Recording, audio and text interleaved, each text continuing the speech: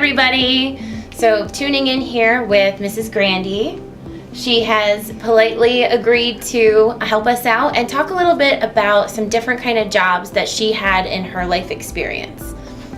Take it away. All right. So when I was in my undergrad, that's when you're in your first part of college, I worked at a grocery store.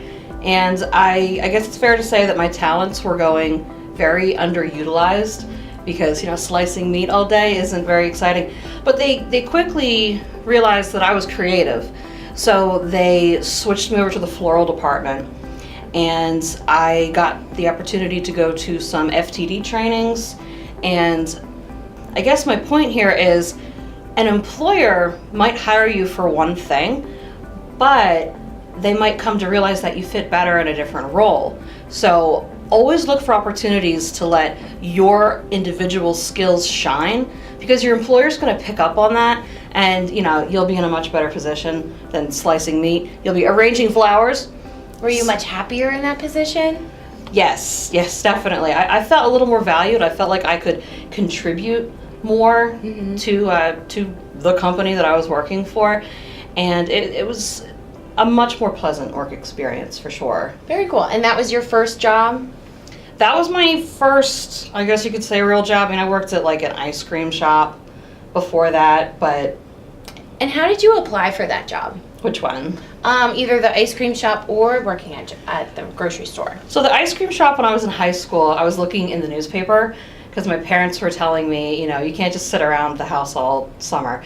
So they made me get out the classifieds, and I found this ice cream shop down the road that was hiring, and they hired me on the spot. Wow. And it was pretty cool. Yeah. The next job, when I was working at the grocery store, the woman who interviewed me told me, "You know why I gave you this job? Because you smiled the whole time." We've talked about that. I smiled. That's awesome. So after that job, possibly after college, what job came next? Right out the gate, fresh out of college, I got hired to teach high school English. And it ended up not working out the way I wanted it to, but it was okay, because it's true what they say: when one door closes, a better one opens. So don't ever get discouraged. If you lose a job, there's always something better. Yes. So for that teaching job, can you explain a little bit about the process of getting that job? A lot. There was a lot that goes into it. Anyone that's considering education, you need clearances, vaccinations, all sorts of things they're going to ask from you. It's like jumping through hoops. It really is.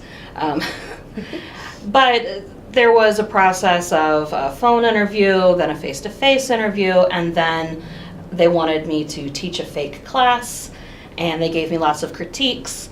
It was a very long process, but ultimately I got the position, and it gave me some good experiences. Very nice. So yes, sometimes jobs require you to demonstrate what you are applying for.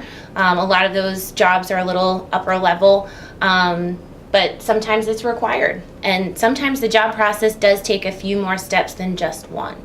But like you've also said, you got hired on the spot already too. Sometimes those jobs starting out, which you guys are, you might be hired on the spot, which is really cool to feel as well. It is. It's a great feeling. Awesome.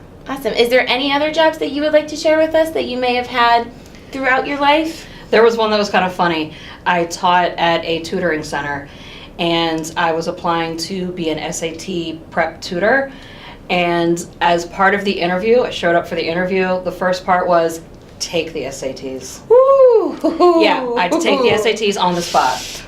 Wow. Yeah. You don't have to share how you did. 1060 KYW. Woo! Yeah. Wow. Yeah. Well, that's very interesting. Awesome. So sometimes you go from one job to the next. Don't always feel like that job that you're signing up and applying for is the job that you're going to have for the rest of your life. Things change, life progresses, and who knows where you'll be when you're 50. Reach for the stars. Woo!